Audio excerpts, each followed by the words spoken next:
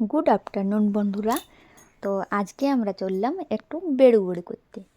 তো আমি তার জন্য ড্রেস সিলেকশন করছি। তো আমি বোরকে দেখালাম যে এটা পরবো, ও তো না দেখেই বলে দিল যে হ্যাঁ ঠিক আছে এটাই পরো। আর সোনা মাম্মা একটু ঘুমাচ্ছে, তার মধ্যে আমি রেডি হচ্ছি।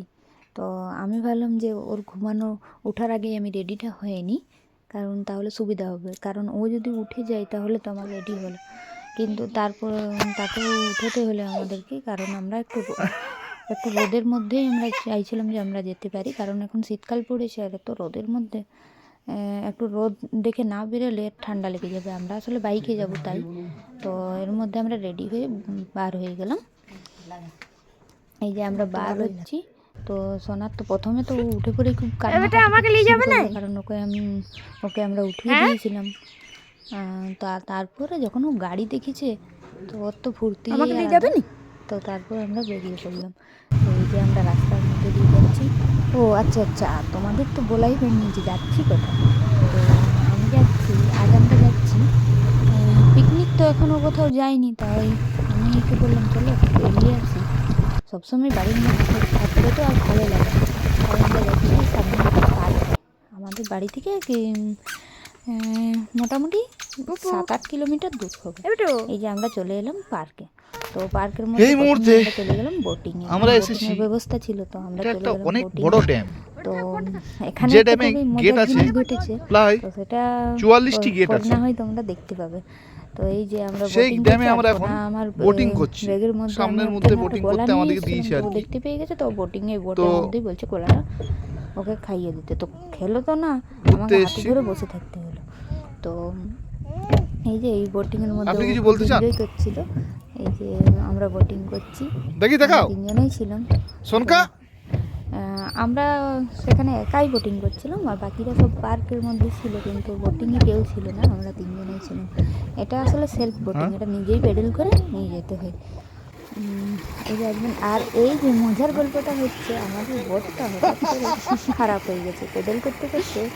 বোট বলছে আর পেডেল করা যাচ্ছে না, মানে ওই পেডেলটা কিছু একটা খারাপ হয়ে গেছিলো। তো আমরা মাঝ জলের মধ্যে ফেসে গেছি। তারপরে এই যে দাদা এলেন, দাদা তারপর আমাদেরকে অন্য একটা বোটের মাধ্যমে, ওই বোটটাই আমাদেরকে আরো চাপিয়ে মাঝ জলের মধ্যে আমরা অন্য বোটে যাই পড়ে, তারপর আমরা পাড়ে আর যেতে পারলাম। তো এটাই হলো মজার গল্প। এই যে আমাদের খারাপ বোটটা এই যে এখানে রেখে দিল দাদা, বললো যে পরে সারাবো। আর আমরা চলে এলাম। আমরা একটা তারপর আমরা চলে গেলাম পার্কের মধ্যে। এই যে পার্ক, এই পার্কটার নাম হচ্ছে বাটারফ্লাই পার্ক। ওই যে প্রথমেই বাটারফ্লাইটা দেখালো, বাস। তো আমি দেখলাম বড় পার্ক, আমরা প্রথমে এসেছি এখানে, সামনে হলো আমাদের কখনো আসা হয়নি। তো আমি দেখলাম যে পার্কটা খুব সুন্দর।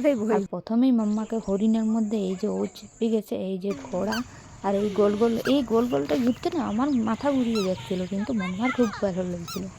তাই ও বারবার বলছিল যে এটাতেই চাপবো। তো তারপর আমরা অনেক জিনিসে চেপেছি, এই যে দোলনাতে। তারপর ওখানে আবার স্লাইডিং ছিল। তো স্লাইডিংয়ের মধ্যে বড় বাচ্চারা স্লাইড করছিল, আর ও বলছে আমি দোলনায় চাপবো না, স্লাইডে চাপবো। ও কি করে আবার স্লাইডিং করে, তাও পাপা আস্তে করে ওকে হাতে হাতে স্লাইডিং করিয়ে দিচ্ছিল। তো ও তো একটু বড়, ওই যে বড় দাদারা ওইখানে স্লাইডিং করছিল, ওইগুলাই ও দেখে দেখে ওদের মতো করবে। তো যাই হোক, কিন্তু আমাদের খুব এনজয় হচ্ছিল। আমারও খুব প্রথম, আসলে ঘরের মধ্যেই থাকা হয়, তো কোথাও বেরানো হয়নি, তাই ওর খুব ভালো লাগছিল স্লাইড করতে। তারপরে এইদিকে ওইদিকে ঘোরাঘুরি। পার্কটা সেই রকম বড় নয়, কিন্তু হ্যাঁ জায়গাটা আমার খুব সুন্দর লেগেছে। আমিও দোলনার মধ্যে একটু দুলে নিলাম সেই সময় আর কি। আর এই যে বাটারফ্লাইয়ের মধ্যে এই যে সেলফি যে জায়গাটা, এইখানে না খুব সুন্দর ফটো এসেছিলো। আমরা 3জনেই একটা করে ফটো তুলেছি এখানে। এই মাম্মা এখানে দাঁড়িয়ে আছে, এই যে ফটো তুলাচ্ছে। তো ওর তো খুব ভালো লাগছিল ফটো তুলেছিল এখানে। তারপর এখান থেকে চলে এলাম আমরা ক্যান্টিনের মধ্যে, পার্কেরই বাইরে ক্যান্টিন আছে। তো এই ক্যান্টিনের মধ্যে তো এখানে সেরকম খাবার তো আসলে দুপুরবেলায় আর কি খাবার, তখন না হয় বাজছিল 4:30 ওই রকম কিছু সময় হচ্ছিলো। তো তখন আর কি খাবার খাবো, তো এমনি তো খাবার কিছু ইচ্ছে ছিল না, কিন্তু যেহেতু বাইরে এসেছি, এই যে সব কী কী আছে সব লেখা আছে, আমি ওটাও তোমাদেরকে দেখিয়ে দিচ্ছি।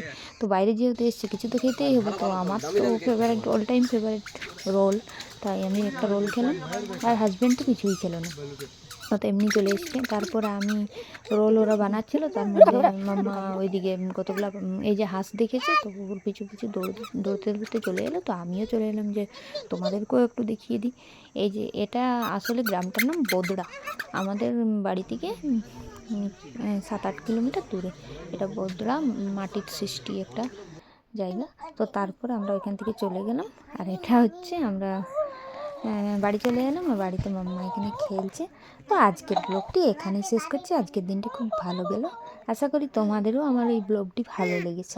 যদি ভালো লেগে থাকে তাহলে লাইক, কমেন্ট অ্যান্ড সাবস্ক্রাইব করে দিও। টাটা বন্ধুরা।